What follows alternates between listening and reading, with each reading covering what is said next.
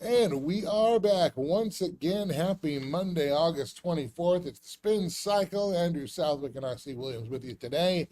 And RC, listen, friends, today, just right off the top, man, our internets are a little bit funky. So if we start doing kind of a stop motion thing, bear with us. We appreciate your patience. We also thank you so much. Remember, big three: like, share, subscribe at whatever page or channel you are viewing this on, whether you're watching live or on demand. It helps the channel grow. And again, lets the algorithms know this is the type of content that you want to see. And all we're trying to do is bring you the headlines of the day, but without the spin. That's why we use the spin cycle. We're going to remove the spin, bring you the truth. You can do what you will with it. If you agree with our conclusion, great. If you don't, that's okay too. But we thank you for it. RC, why don't you take it away with all the other places they can find us, and then we'll get in. We, as Rush Limbaugh used to say, we've got a stack of stuff today. All right, Andrew, I'll do the best I can here with the chop signals. So all things Watchmen Action, you can go to Watchmen, M-E-N, it's plural, watchmenaction.org. All the socials for Watchmen Action are simple, Watchmen Action. You can also catch all things good from Andrew Southwick, including Spin Cycle, Culture Crossroads, and his incredible monologues on YouTube at Culture Crossroads 316. And as he said, make sure to like, share, and subscribe. All of those are critically important so that we get the word out to as many people as possible. Every eye that needs to hear, every eye that needs to see, and every ear that needs to hear, we need them all. So that starts with you. And every eye that needs to hear, every eye that needs to hear, every eye that needs to see. Get it right, Andrew. Every ear that needs to hear. Couldn't be a better segue for our first segment today and our first story. Because it's not our eyes and ears that our government wants on them. It's their eyes and ears they want on us.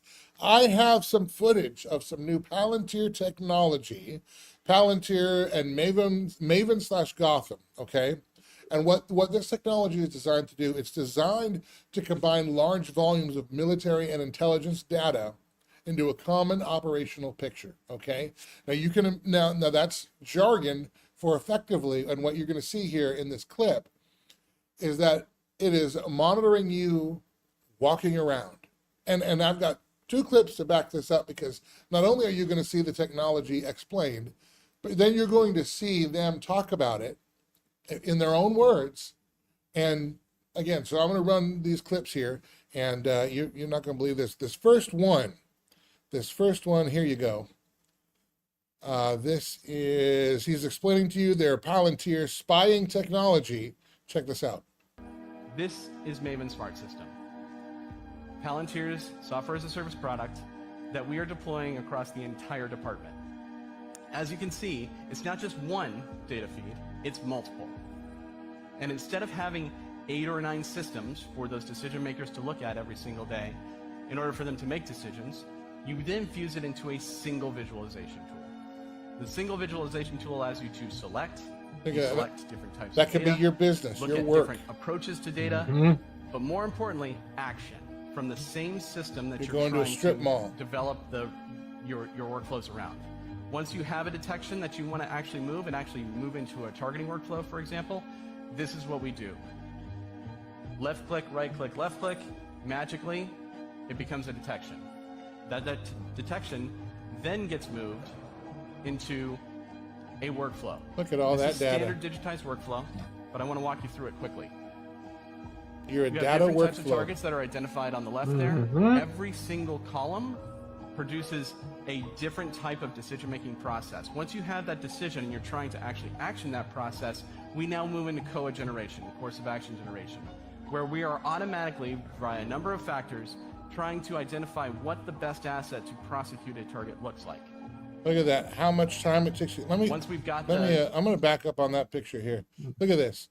So which metrics their AI should prioritize? You see time to target, distance, fuel, time on station. Literally, that can be, how long does it take you to go from your house to the grocery store to the library? How much time do you spend in the grocery store and the library? How much approximate fuel do you think you're using on those trips in the car that you have, which, by the way, they can tell exactly what that is. And of course, this is military terms, but you can see the application and what it would be on us. And you know, you know that it's going to come on us. All right, I'll just got 30 more seconds here. Check this out. Once we've got the different approaches and we select one, we then can move directly into how do we action that target. So we've gone from identifying the target to now coming up with a course of action to now actioning that target, all from one system. This is revolutionary. We were having this done in about 8 or 9 systems where humans were literally moving detections left and right in order to get to our desired end state.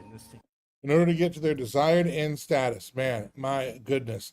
Let me tell you, here's the next one, more from their own words. This is a clip from Fox News. Here's a Flock CEO defending their cameras. I value my privacy. Oh, I'm sorry, that's a little low volume. Let me do that again. Employees value their privacy.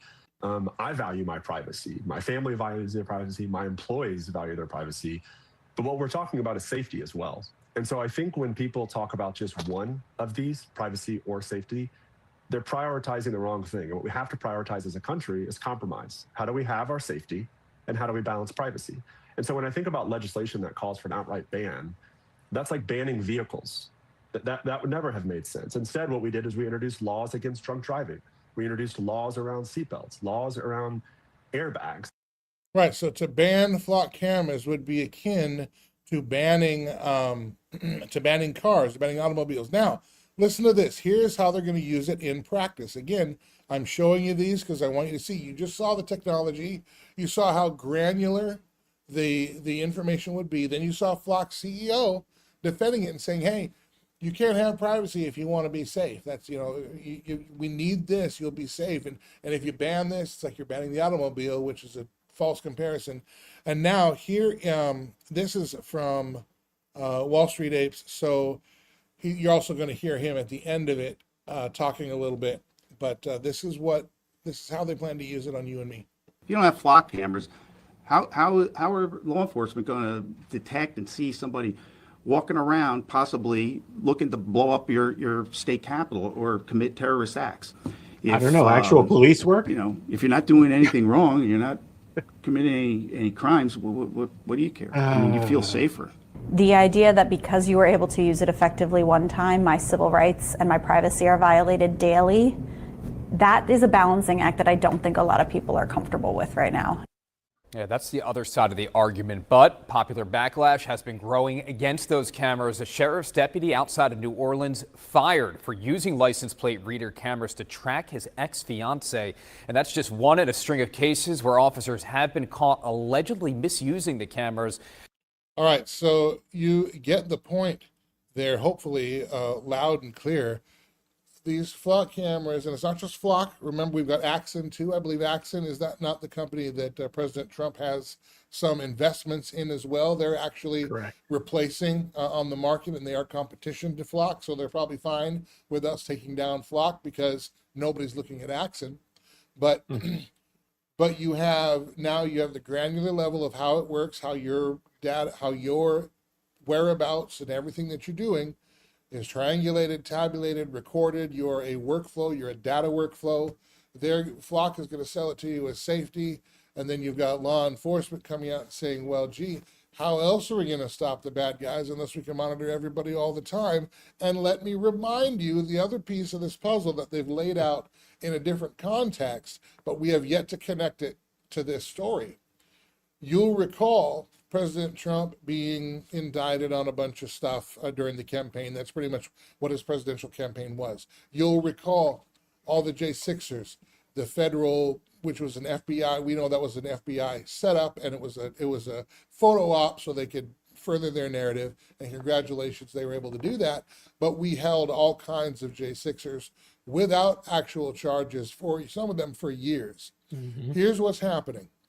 It's no longer, and you're seeing even our understanding of law become different. It used to be, there's a crime, now let's find the criminal. Now it's going to be, here's a person, and now we're going to find the crime, or we're going to invent the crime. And this is not anything new. Book of Daniel, those of you who read the Bible, the Old Testament, you have Daniel. The reason he went into the lion's den was because some of the political leaders didn't like that Daniel was praying to God. And so they went to the king and said, hey, they basically set him up and said, hey, let's make a law that nobody can pray to their God. They all have to worship you, King. And because they knew they'd catch Daniel. And so they invented a crime to catch a person who they were actively monitoring and watching. This is what is coming.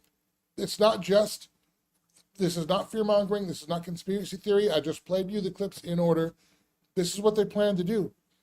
We had Event 201 with COVID where they game theoried what would happen if a coronavirus went all over the world and what they would do. And sure enough, they did it, and it wasn't even a year later.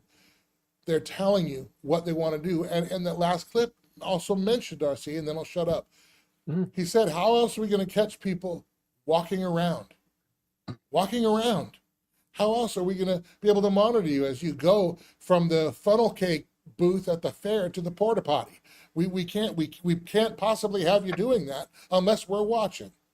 RC. That guy looked crazy. The last guy, he's like the freeze frame. His eyes. He's like, well, they kind of have to be, I think. Yeah. How are we going to do it? Maybe doing your job like actual police work. I don't know. Maybe that works. I don't know. If that's out of style, then I'm on the wrong train. Maybe. Andrew, listen, I encourage everybody to do what we've told them to do for years. Everybody should go back right now and watch the movie Minority Report.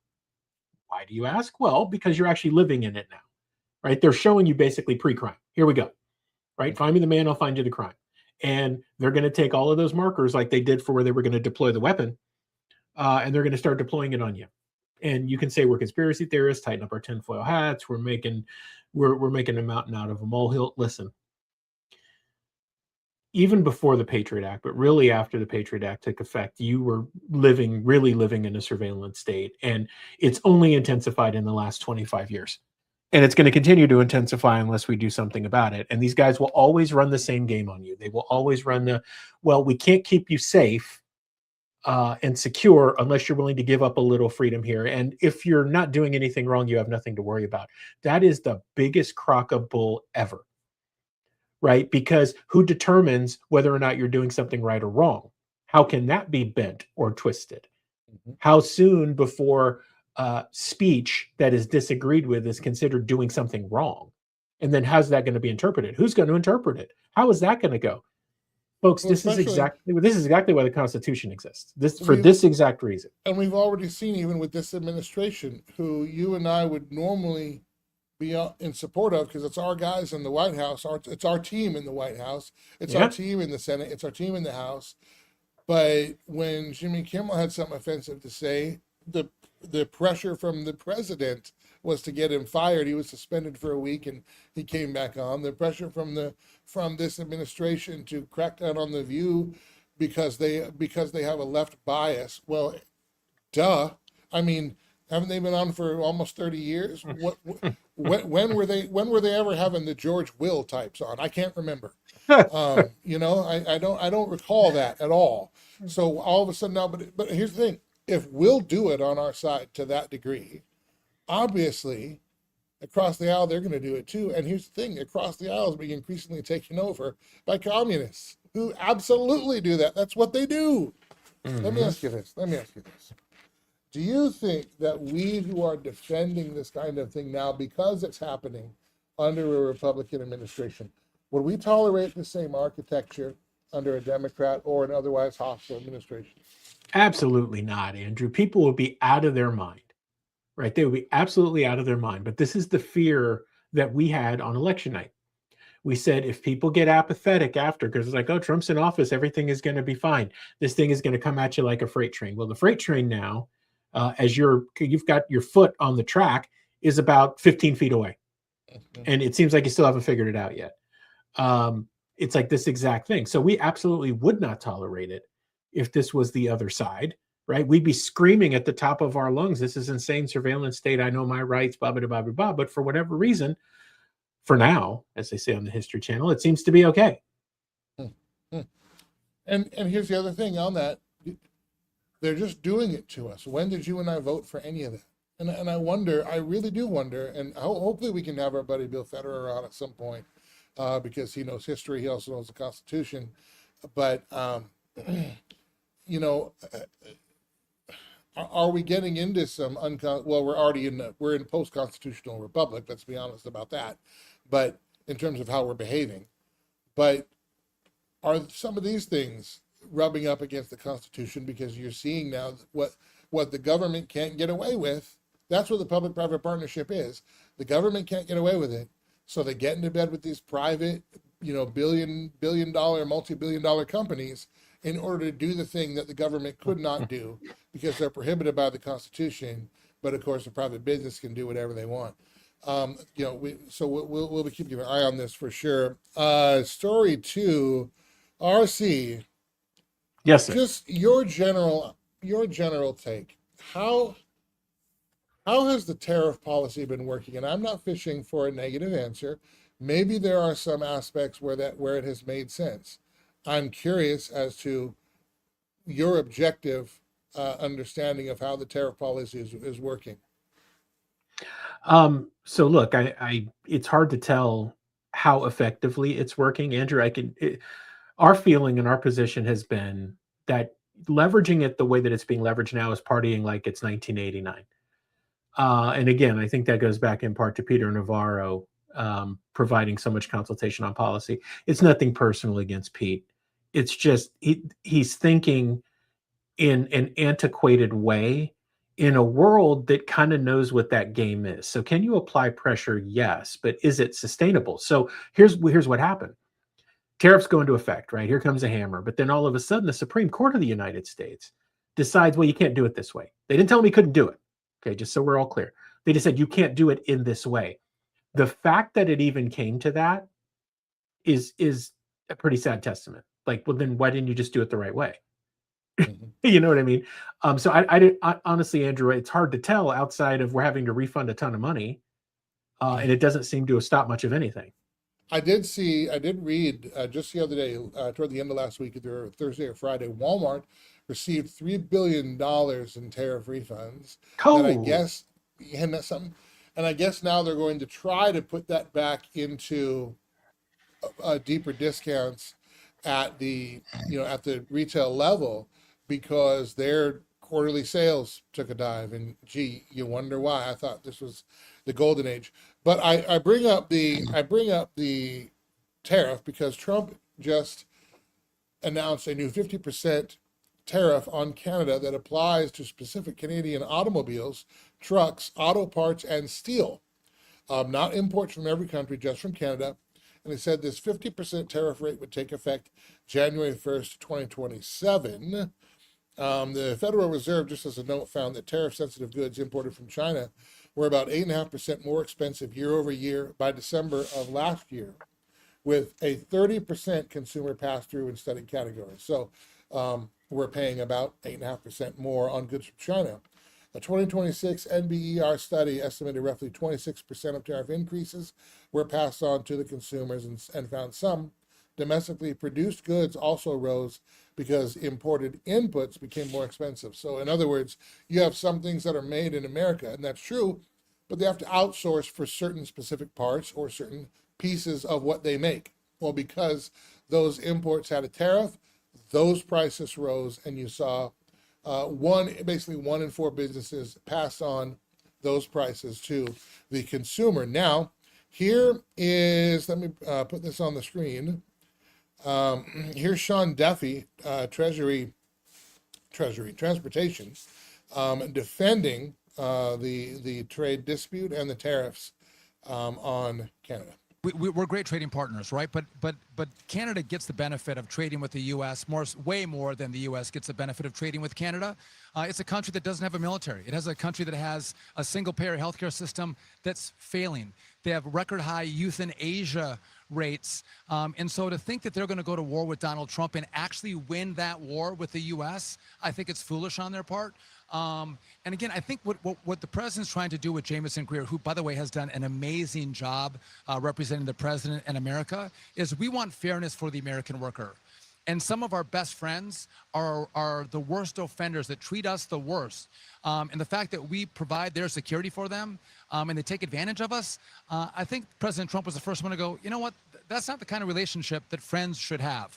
And so the president's calling them out. I think you're going to see Mark Carney come to the table very, very quickly because it's going to be devastating for his country. Well, nothing on the table as far as talks are concerned. A lot of finger pointing. Right. So we'll keep tracking that. I want to get to So, RC, I do have another question here about these tariffs for you. We Mhm. just heard a laundry list of why the tariffs. Well, they're not treating us fairly. So effectively, they're setting these up as being punitive tariffs, that we're in a tariff war, if you will.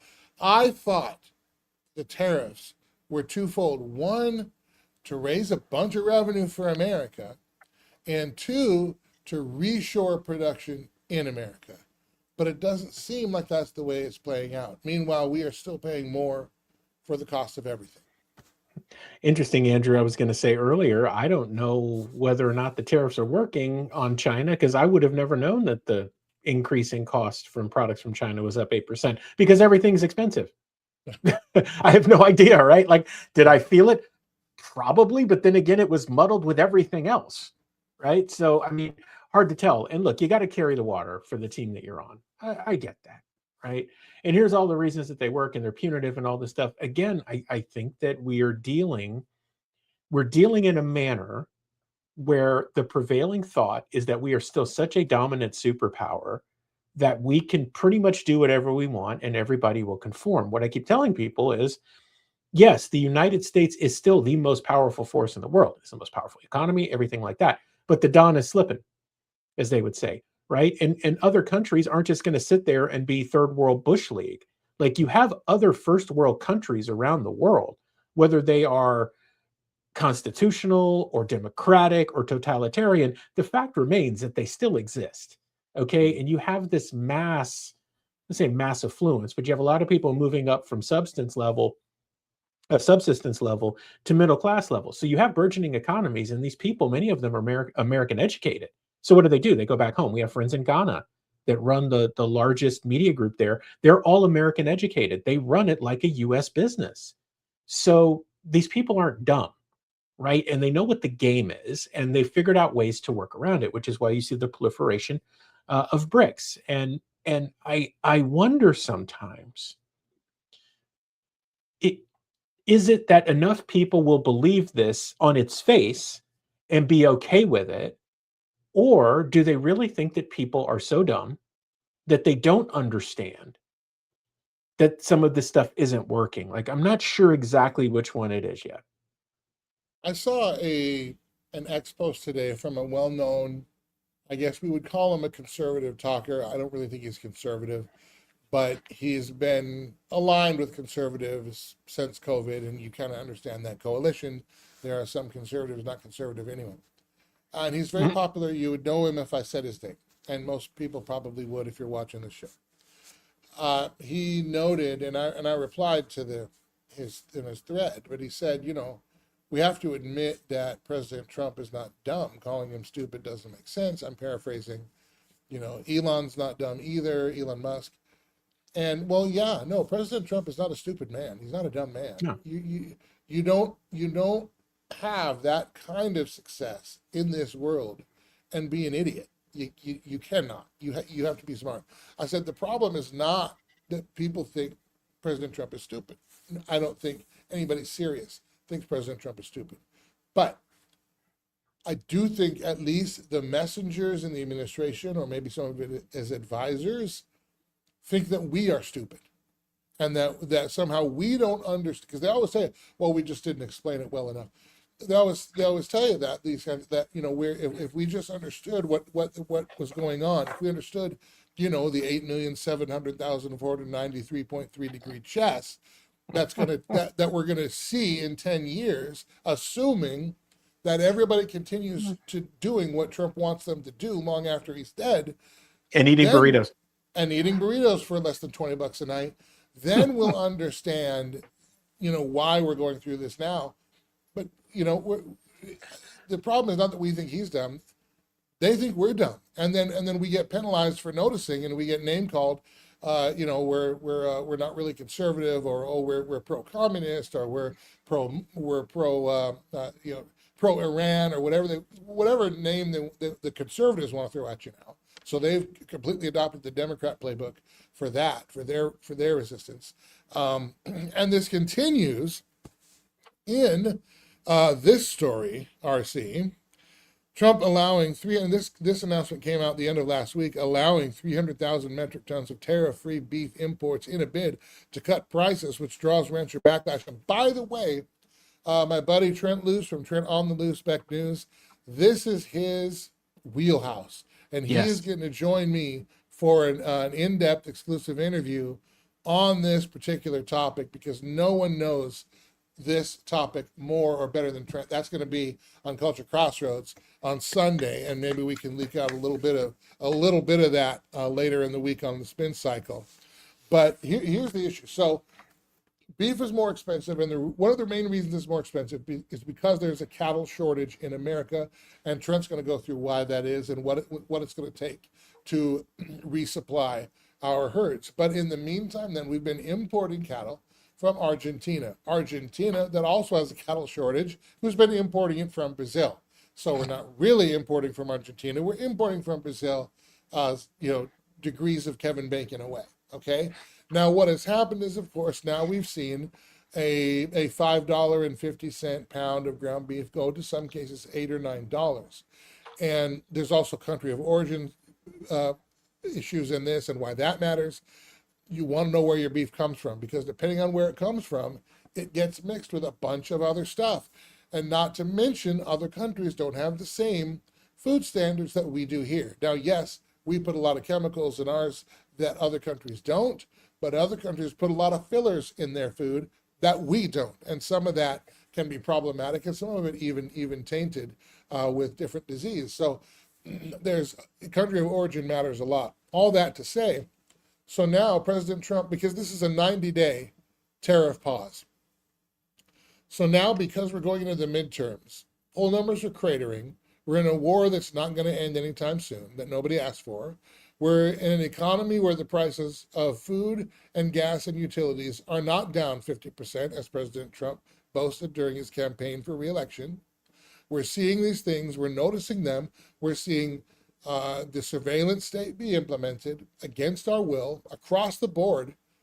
And so now President Trump, in an effort to, I really think it's purely political, purely to try to say, hey, we brought prices down, because again, it's a 90-day timer. Well, what's going to happen within 90 days? The midterms are going to happen within 90 days.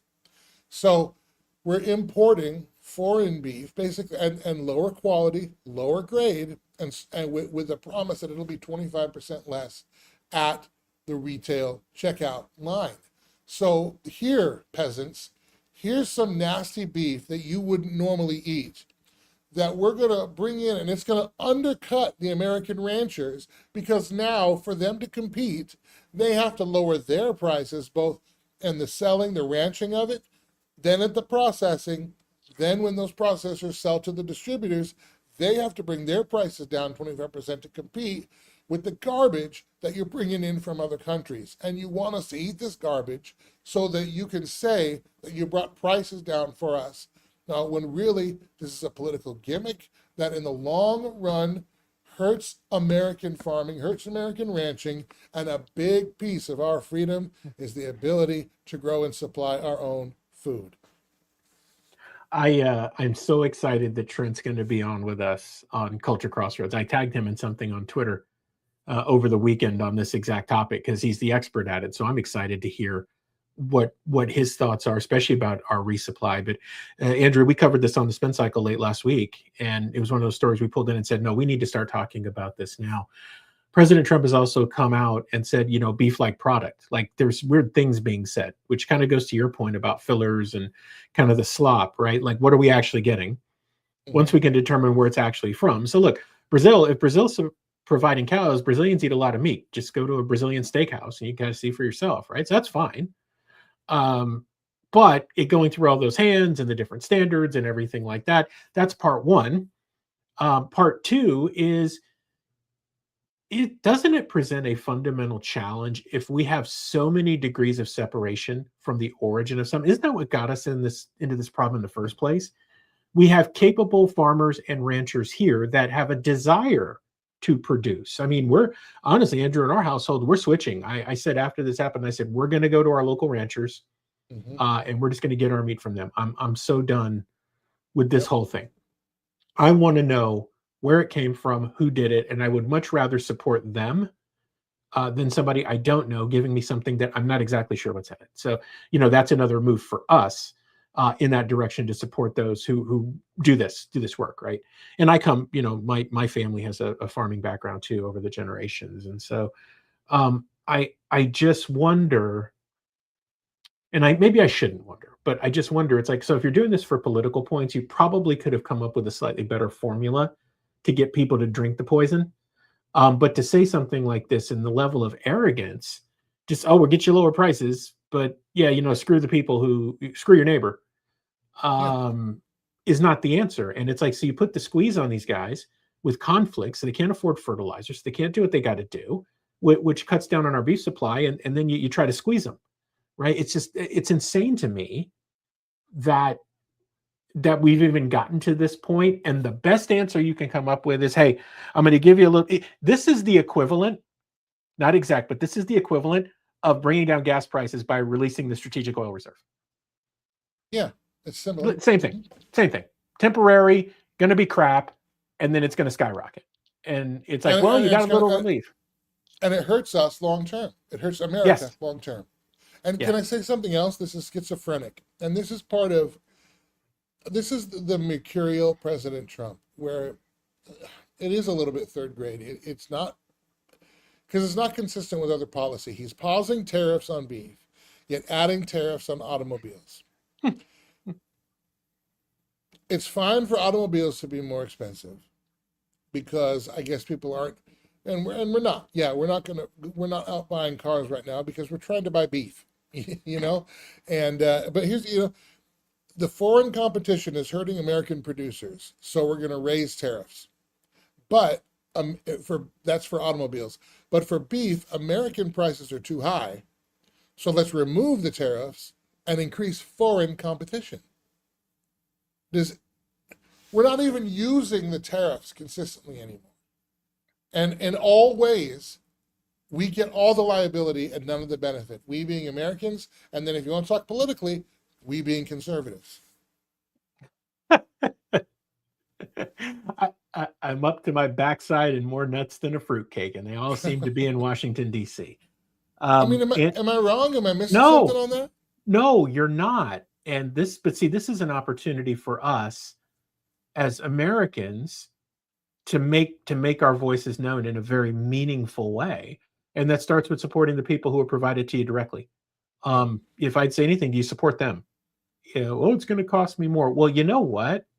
It already is costing. It's already costing you more. It's like at least one, you're helping to energize the economy of the United States. You're supporting your neighbor who actually does this for a living. That's an awesome thought. And you know what you're getting. Yeah. And I think that's the way we fight back against this, is to do what you can to buy local, which is also why, listen, when you're voting in your state elections, when different agricultural or specifically food production comes in a way, and unfortunately we have the USDA, which probably should be abolished, but you want more local food processing plants, both for meat and your farmers markets local, because the closer your processing plant is to you, the better chance you have of being able to have both affordable and better quality meat. The vertical integration that we've had with our processing then puts a bottleneck on that, which actually makes it more vulnerable. You want to talk national security, more vulnerable to attacks because they can cut off, because there are fewer levers of transportation and distribution for the food that you and I depend on. It doesn't come from Walmart. It doesn't come from our local grocery store. It comes from these ranchers. It goes through processors and it gets distributed from there. If you can find a processor that's a local that you can purchase from, if you're going to spend more money there, because your dollars will actually be making a difference and making a statement that Washington, D.C. will not be able to ignore. It's up to us, right? We are who we've been waiting for. As has been said. But we certainly are the cavalry, because the cavalry ain't coming because it's us. So let's do that. We had one more story, but we're up on time, so we'll get to that one tomorrow. We were going to talk about the $40 trillion and how we can't grow our way out of it, but that's going to be a conversation that I guess we'll talk about tomorrow, which is a great teaser and a reason why you should come back tomorrow too. For R.C. Williams, I'm Andrew Southwick. Thank you for hanging out with us. And reminder again, the big three: like, share, subscribe. Help the channels grow, help the show grow, help this information get out to more and more people. And we appreciate you taking time out of your busy day to spend with us here on the Spin Cycle. We will see you next time.